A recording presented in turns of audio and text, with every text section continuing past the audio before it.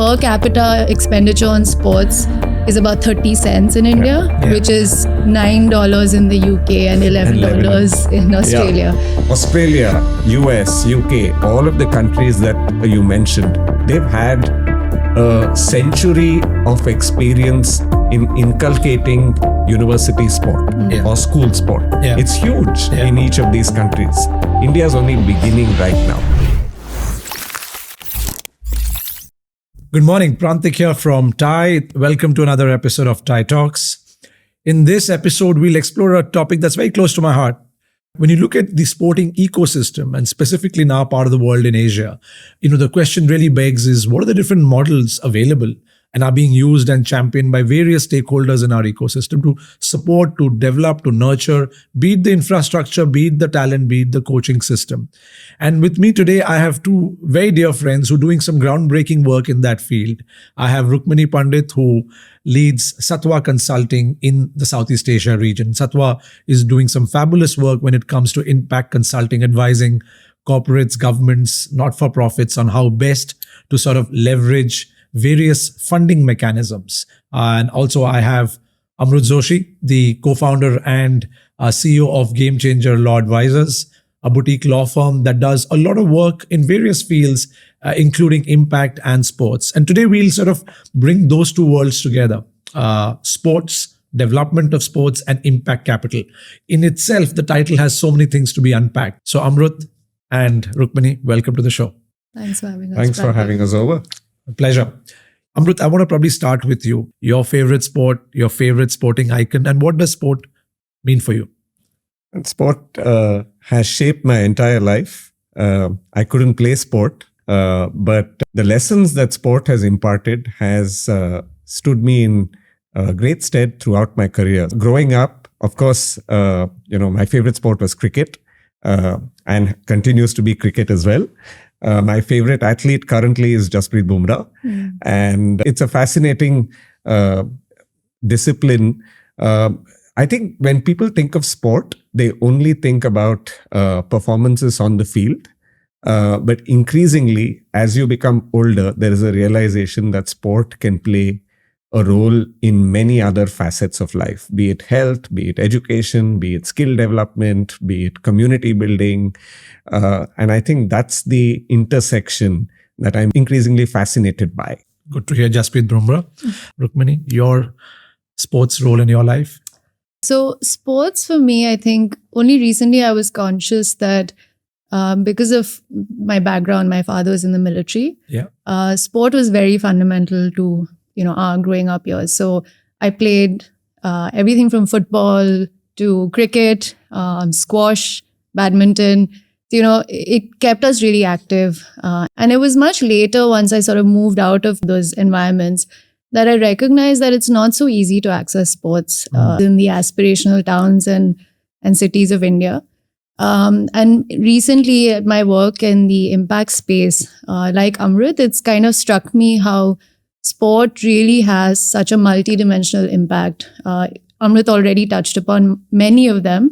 But for as a woman, I think the gender angle to sport, I find particularly interesting. There have been a lot of positive changes in that, both in terms of the supply side, in terms of the number of women athletes that are increasingly participating in sports, but also the financing that's going towards sport. There's a long way to go, but a lot of sort of heartening, changes there. My favorite sports person was, growing up, was definitely Tendulkar. And then later on it was Dravid. So I would say these two have been my kind of, sports people I really looked up to. You've spoken about the gender aspect, but before we get to that, just maybe give us a flavor to our audience as well. What is impact capital? Because the moment I hear the word impact capital, at least in my head, there is a flavor that it's a charitable donation, right? So it'll be great from, the work that you guys do at Sattva or in general, just unpack what is impact capital, what are the different options? Sure.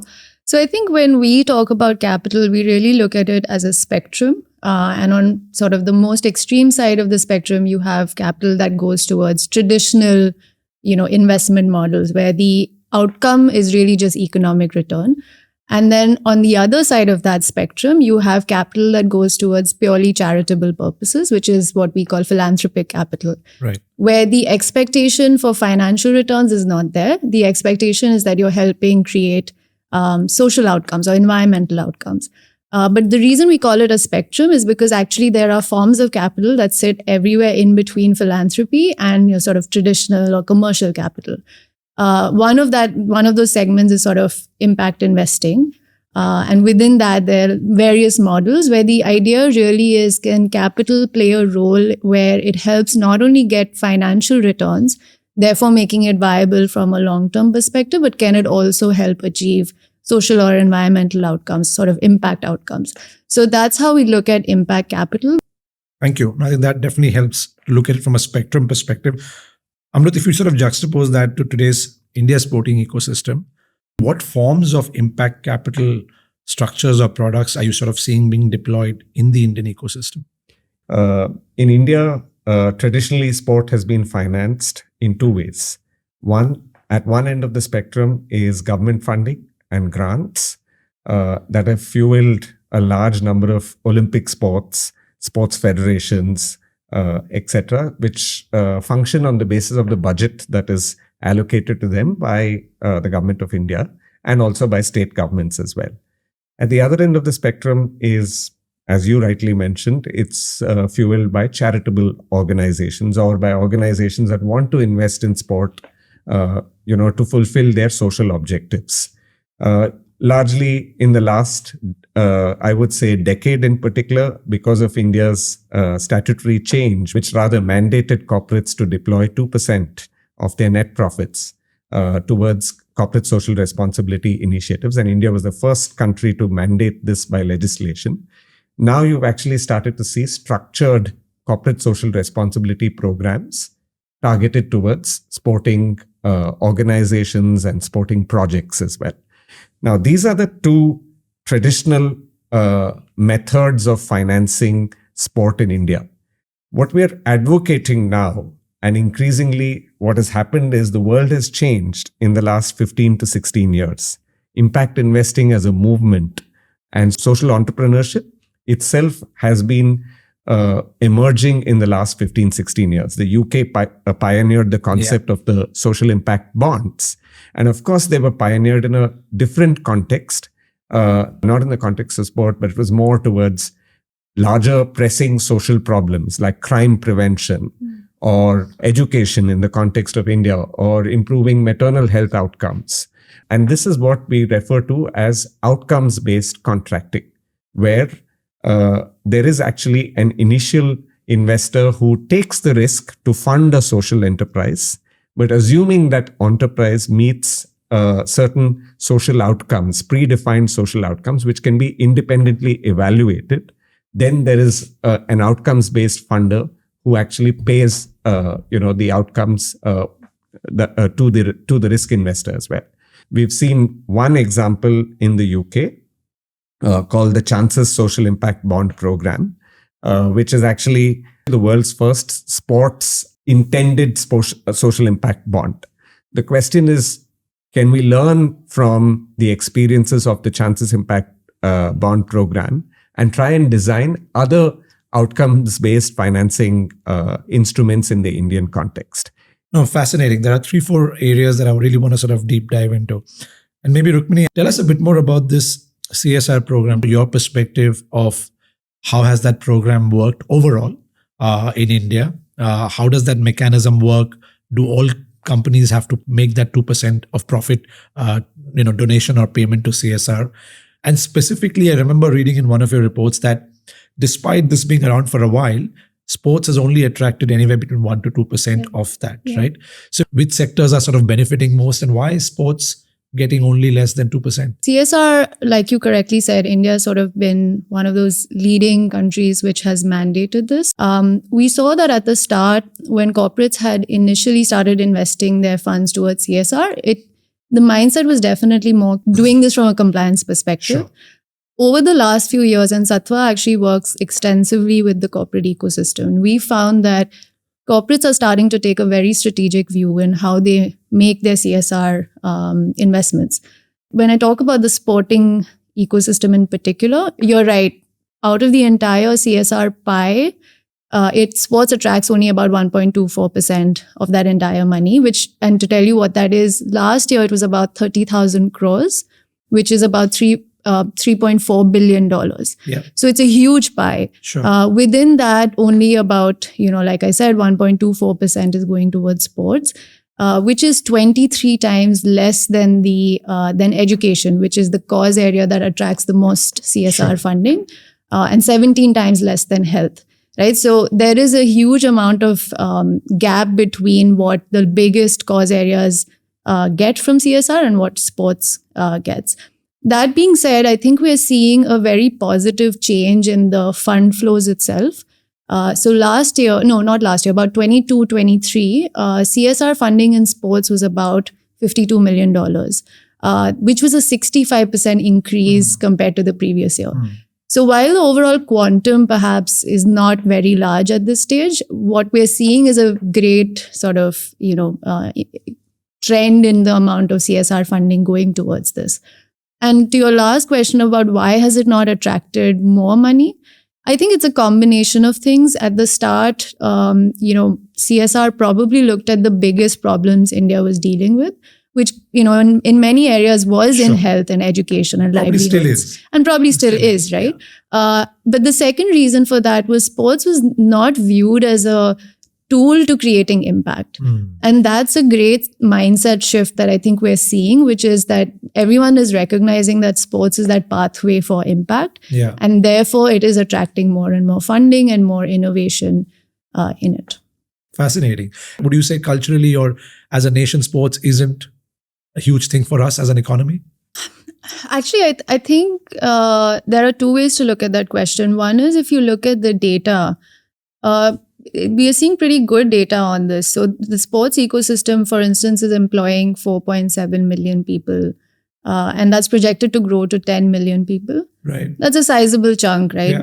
It also contributes to about 1% of the GDP. So again, in terms of the economic potential that the sports ecosystem has, I think it's very promising. Perhaps culturally, we've not yet, it's not gotten as mainstream as it can in a country of 1.4 billion people. But I see a lot of great changes. I read a statistic recently that out of the fan base, more than 35% are women. And I think that would be counterintuitive if we continue with that previous mindset. But I'll end with saying that another sort of tailwind that I see is government spending on sports. So last year, in the most recent budget, we've allocated about 400 million towards this sort of sports ecosystem, of which Khelo India, which is the flagship program on grassroots development of sports, attracted about 115 million within that, which, just to give you a comparison, it's more than what Japan, South Africa, and Brazil allocate towards their sports budget. And it's about the same as the UK. But what's important is also to recognize the base, which is the size of our population. So today we still, per capita expenditure on sports is about 30 cents in India, which is $9 in the UK and $11 in Australia. So I think a lot of good tailwinds and contribution to the economy, etc. But like you said, perhaps there's an opportunity for more mainstream. No, it's fascinating, right? Amrut, let's talk about the national budget, the different programs, Khelo India, TOPS. Clearly, I must give credit to these programs, and we're seeing outcomes. May not be earth-shattering yet, but we're in the right direction, safe to say. What's your take on that budget? You think for a nation like India, 3,000 plus crores or 400 odd million, is that enough? What does the government need to do to scale that up 10x? Because you can't just have incremental growth. Also, what is interesting in India is there are political flavors to where the budget flows. And that has very little correlation to where the medals come from. Because historically, at least when I was in Paris, I saw the hotspots were Haryana, Tamil Nadu, Northeast. But if I juxtapose that with the budget, I think I see Uttar Pradesh and Gujarat to be far more prominent, which don't even represent the number of athletes at that level. So your thoughts on the government budget, sports being a state's matter, is that a weakness for India? And what can or should be changed in this context?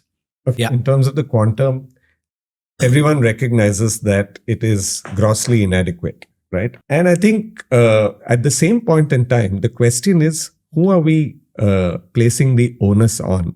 Whether it's the central government or the state government, sport is always going to be competing with a whole host of other sectors for their attention. Sure. So we can't only place the onus on the governments. Absolutely. So I don't, whether it's again in the state list or in the union list as well, both the central government and the state government have recognized the importance of sport. Clearly, for the right or the wrong reasons, sport is also a good political tool, right? Certainly. So clearly, any good politician would want to jump onto the sports bandwagon as well. So practically speaking, both the central government and the state government budgets should ideally keep pace with India's aspirations as well. Can it or can it not is a question of really how much the government prioritizes sport vis-a-vis other sectors. So I look at it slightly differently. I believe the government cannot be the only stakeholder. You've already seen a whole host of other stakeholders emerge over the last 25 years. Corporates running CSR programs, corporates who sponsor, not as part of CSR programs, but because they want to use athletes or sports as a way to reach out to their target audiences. So there's a whole sports sponsorship market that has emerged even in India as well, of course. And there's a huge commercial sport movement as well, leagues. And actually they feed off other, forms of sport, which is basically university sport, which was non-existent in India. Yeah. The Khelo India Games now actually has a separate component for university games as well, right? Australia, US, UK, all of the countries that you mentioned, they've had a century of experience in inculcating university sport or school sport. Yeah. It's huge in each of these countries. India's only beginning right now.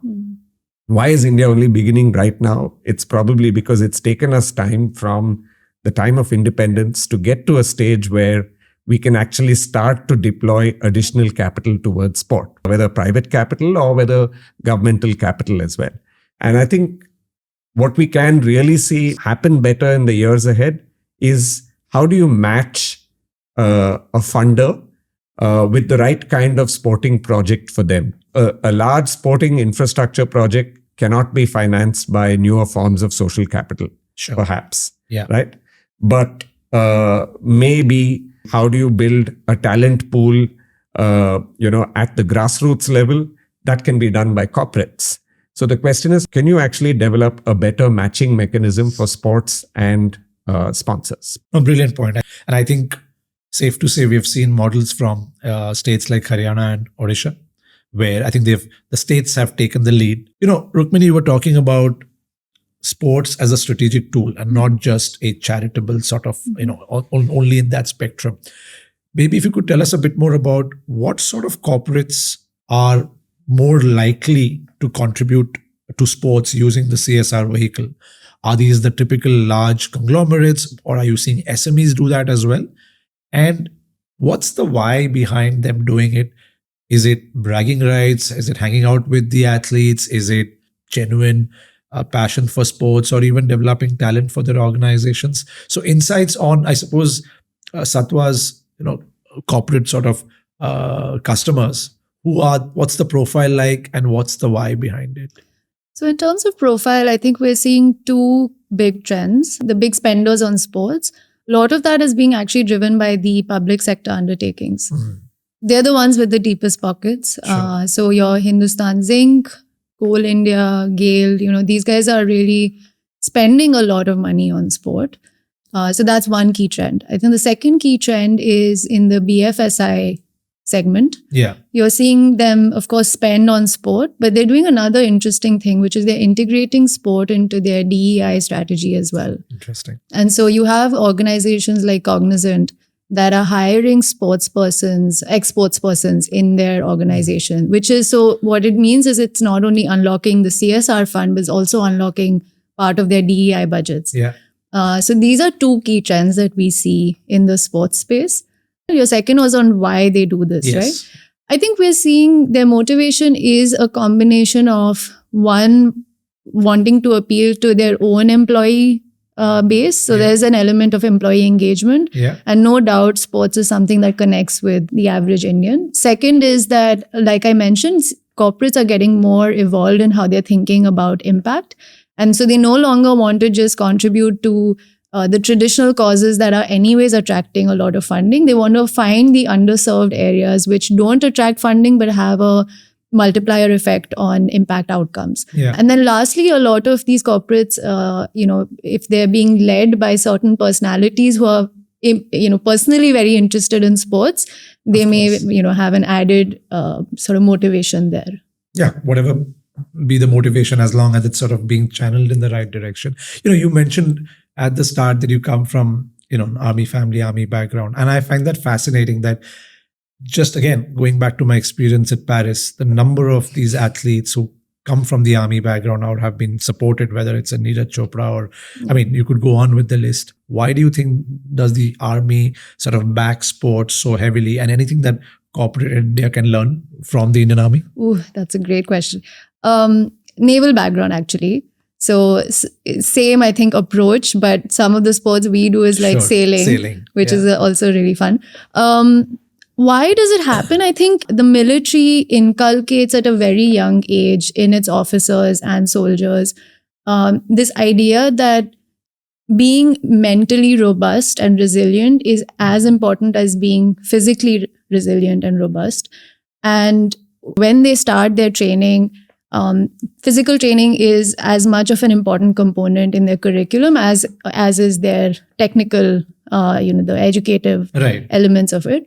And because it's inculcated at such a young age, those parents inculcate it in their kids, and then you grow up and you do that in your own families, right? So I think it is a culture. And I think because it is seen as important as work, the institution has set up not only infrastructure, but it provides the resources to identify talent, to develop that talent, and to kind of platform that talent, which I do feel if you're not in this kind of setup, you miss out on. I'll give you my example. When I reached the 12th and you're busy with your science studies, I dropped my squash immediately, right? But because I have access to infrastructure, I could go back to it very fast. A lot of my peers never went back to sport, after their kind of IIT prep and that kind of thing. So I think that's kind of the reason why so many people from the military end up doing well in sports.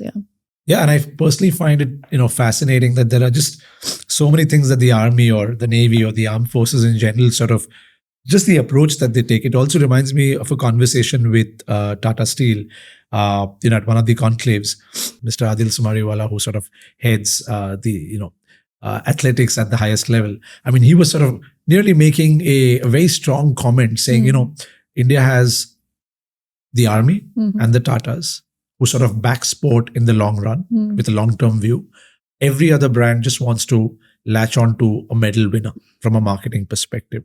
Again, nothing wrong. He said, I'm not complaining. He said, but there's a very different perspective. And then I asked the gentleman from Tata that, is that true? The gentleman from Tata said, look, that's very true, because it also shows where does our budget for sports come from. He said the reality is it's not that we're doing it for charity. Even we want to build brand association and we want to build goodwill in the nation.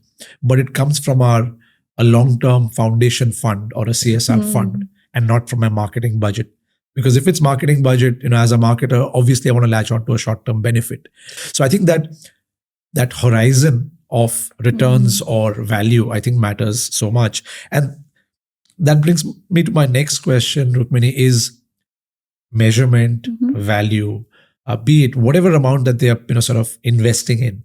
What is their expectation in terms of both quantitative and qualitative returns? And how do you guys sort of help them measure? Is it by performance or other metrics that companies should look at? So I think, at the outset, I'll say that one of the reasons sports has not become part of the mainstream impact capital space is because measuring outcome in sports for development is challenging. Because the outcomes can be A, very varied, and B, they have a long gestation period before which you start seeing some of those outcomes, because inherently what you're looking to measure is complex. Yeah. I'll give you an example. Sports, is often seen as a tool to inculcate confidence in anybody, but let's say women and girls. How do you measure something like that in a short-term time frame?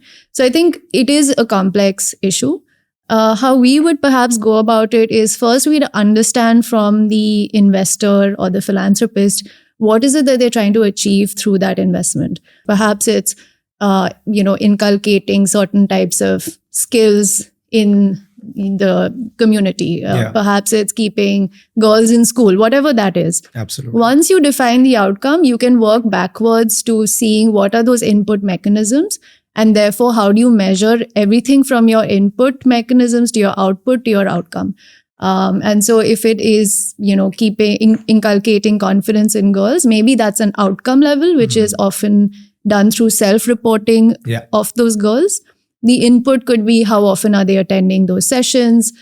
Is there a sense of self and agency which has been developed pre the session versus post the session? I mean, those are some ways in which we develop a framework to do some of this measurement. But yes, it is difficult, and the time it takes to see those outcomes is relatively long. No, I love the idea about the input, outcome, output. I mean, there are different ways of looking at it.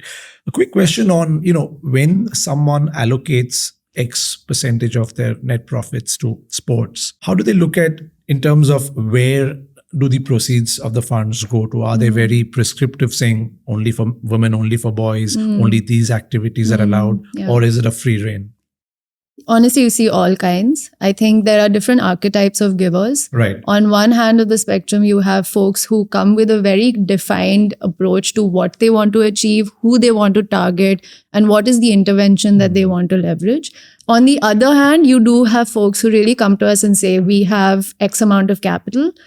Broadly, we know we want to do sports for development, but we don't know how to create that strategy. Can you do that for us? Right. And what Sattva would do is we'd identify some of their key motivators and some of the values that drive their giving. Sure. But then we'd use data and evidence that we collect. So we have a data platform, we have a knowledge institute, which helps us identify what are those white spaces in that sector, right, where their funding will have the most additive impact. And then we help curate that strategy for them.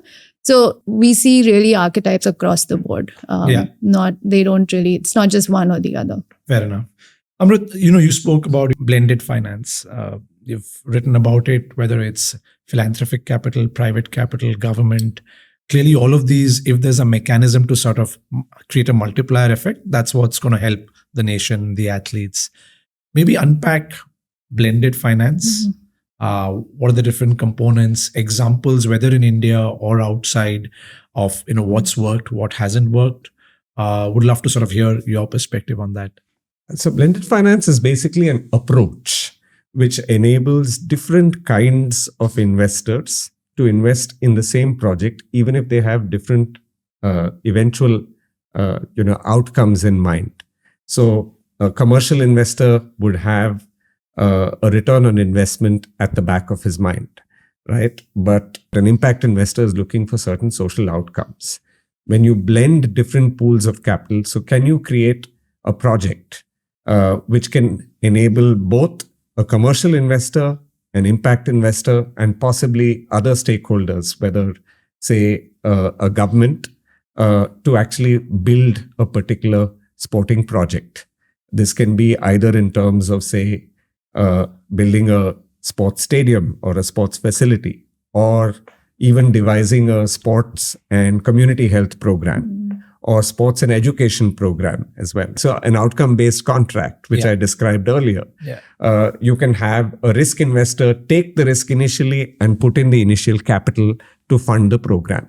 But once the program achieves those means, you can have an outcome funder like the government paying out the risk investor. Sure. That in a nutshell encompasses what one means by blended finance. There could be questions on its feasibility for adoption within the sporting context, and those questions will eventually be answered as well. But I actually have a slightly different perspective on that as well, which is that right now you're only looking at sport as one isolated sector. But when you actually even take a blended approach to sectors as well and say, can you combine a sporting initiative within the context of an educational project? So for instance, why not design a program where you say that 100,000 students in rural communities of Karnataka, we incentivize them to stay in school by getting them to play a sport. Yeah. Right? A bit like what Akshay Patra does, using food as a mechanism to get kids to stay. Correct. Sure. And then also measure health outcomes of those students, educational outcomes of those students, and what skills they develop as well, right? As a result of playing sport. And is this what you were alluding to, sports for development and not just for performance? Yes. The sports for development, again, you can actually go through various models of sports for development. I mean, in a sense that can also encompass purely philanthropic projects in the field of sport. Sure. What we're really trying to look at here is how can you use blended finance to actually unlock a larger social impact for the discipline of sport. Sure. And I think if you only look at sport as an isolated sector, you'll find it challenging. But what I'm trying to say is if you combine sport with health, sport with education, sport with skill development, sport with physical activity, with employment, like sport she said, with employability, yes, you will probably find a lot more use cases for blended finance. At least that's my perspective as a practicing lawyer. I know, corporates and impact consultants may have a different perspective on it, but I think thoughts on that? Like, do corporates genuinely believe, or do they sort of have these motivations? No, I think there is definitely room for blended finance models in sport. But absolutely, I think like Amrut said, the idea of blended finance is, can philanthropic capital provide that initial risk capital when other commercial capital is not willing to come in? Yeah. Provide that risk capital, help that initiative, business, etc., grow to a certain level where it becomes investable. At that stage, it starts automatically attracting private capital or commercial capital. And I think there is a lot of room for this to apply in the sports space. The challenge, I think, is if you look at the sports enterprise ecosystem, it's a little underdeveloped in India right now. Sure. So you may have supply of funding, but if you don't have an adequately developed sports enterprise ecosystem, how do you absorb that funding? Because today, nonprofits in India absorb only 1/3 of all existing funding out there. So there's already a lot of excess funding in the system. Right. So it needs to go somewhere, which means you need investable opportunities. And that is where blended finance models really come in, which is the initial risk capital can come from philanthropy, makes it investable, and then you have private capital coming in. And if we're able to demonstrate those models, I think absolutely there's an appetite among the funders we discussed, whether it's corporates or even HNIs. I think that's a segment we didn't touch upon, which is there's a lot of untapped potential in the ultra high net worth individual category for philanthropic funding or impact investing. Yeah. I think also, Prantik, to be fair, we're not advocating blended finance as a panacea for all yields, All we're trying to say is traditional forms of funding for sport has its limits. Sure.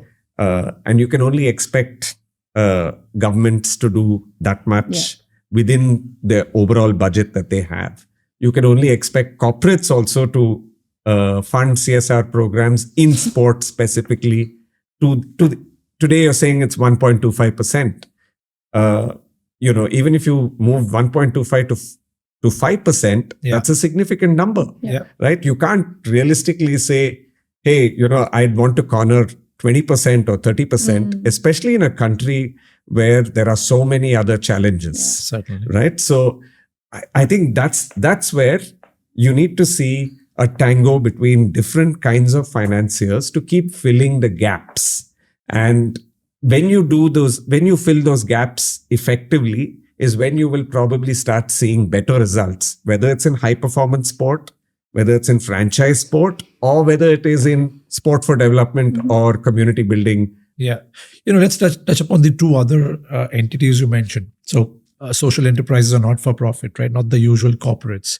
what are some instruments you're sort of seeing likely to come about in the next 5-10 years, be it, I don't know, bonds or stock exchange mechanisms where they could sort of capitalize to sort of tap on the retail market to raise capital for these purposes? Sure. So I think if we again look at the continuum of capital, on one side, if we just look at philanthropic funding, there is the UHNI segment to tap into. Sure. B, in terms of the model to tap into that, it could either be pay for success models. Yeah. It could be a development impact bond, for instance, or it could be, if it's a non-profit specifically, listing on the social stock exchange.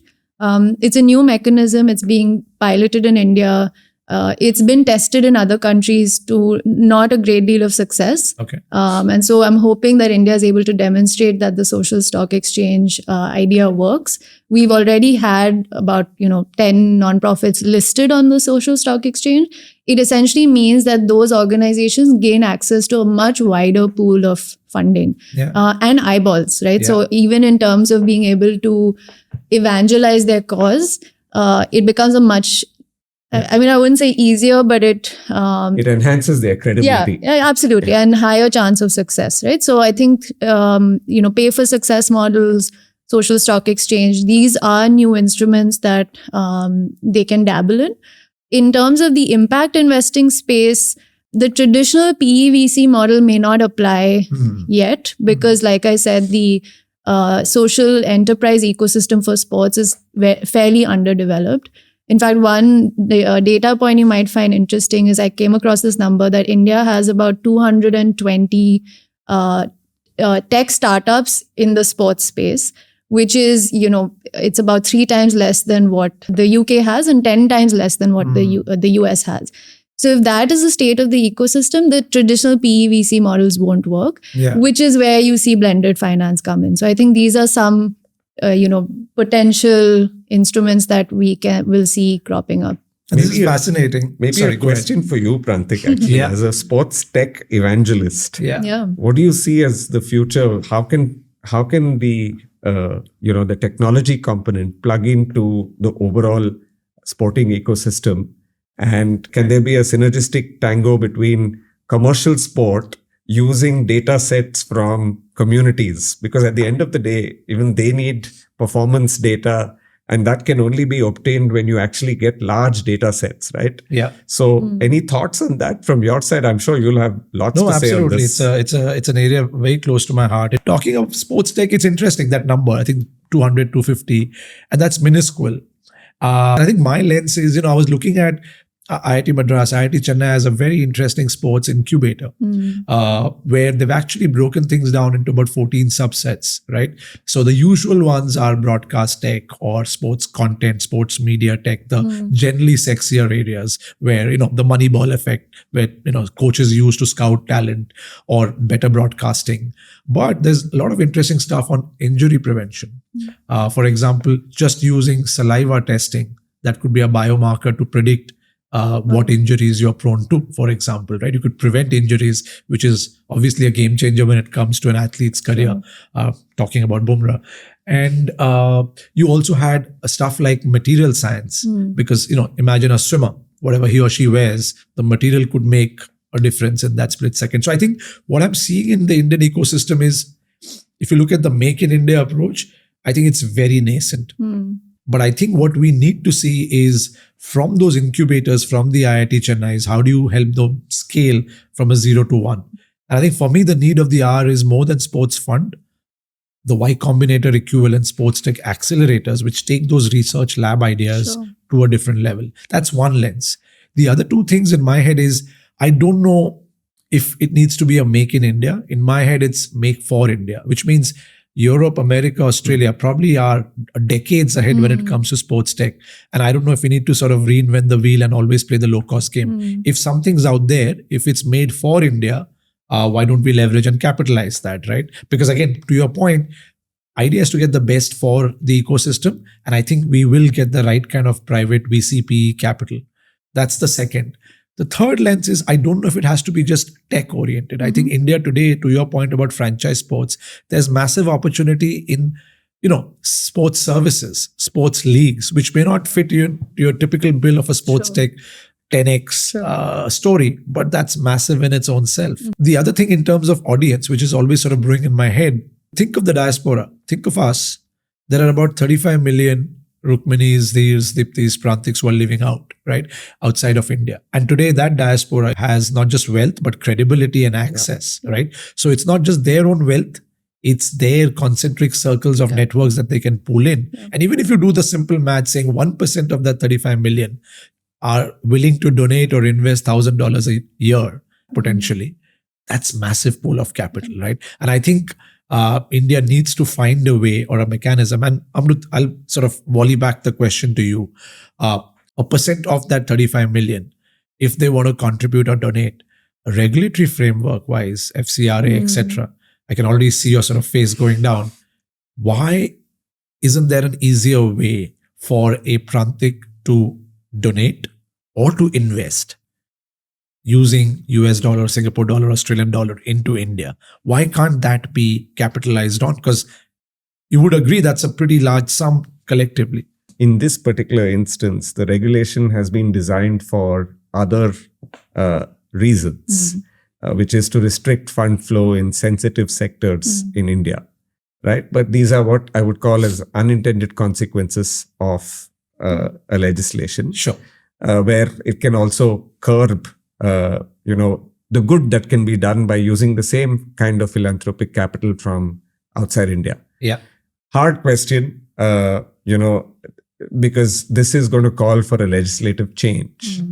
And so until there is a realization that you can actually segment certain sectors or whitelist certain sectors for donations from outside India, right?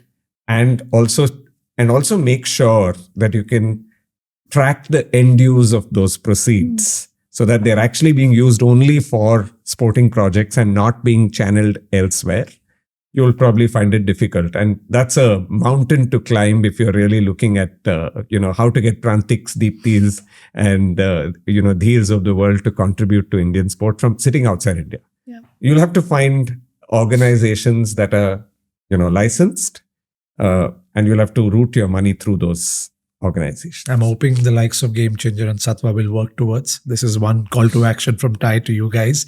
Look, as we sort of, come to the end of the conversation, I want to end with maybe a couple of rapid fire questions and keep it as brief and literally what comes to your head. Do you think all of us spoke about our sporting heroes? Coincidentally, all happen to be cricketers and men. Your favorite female sporting icon?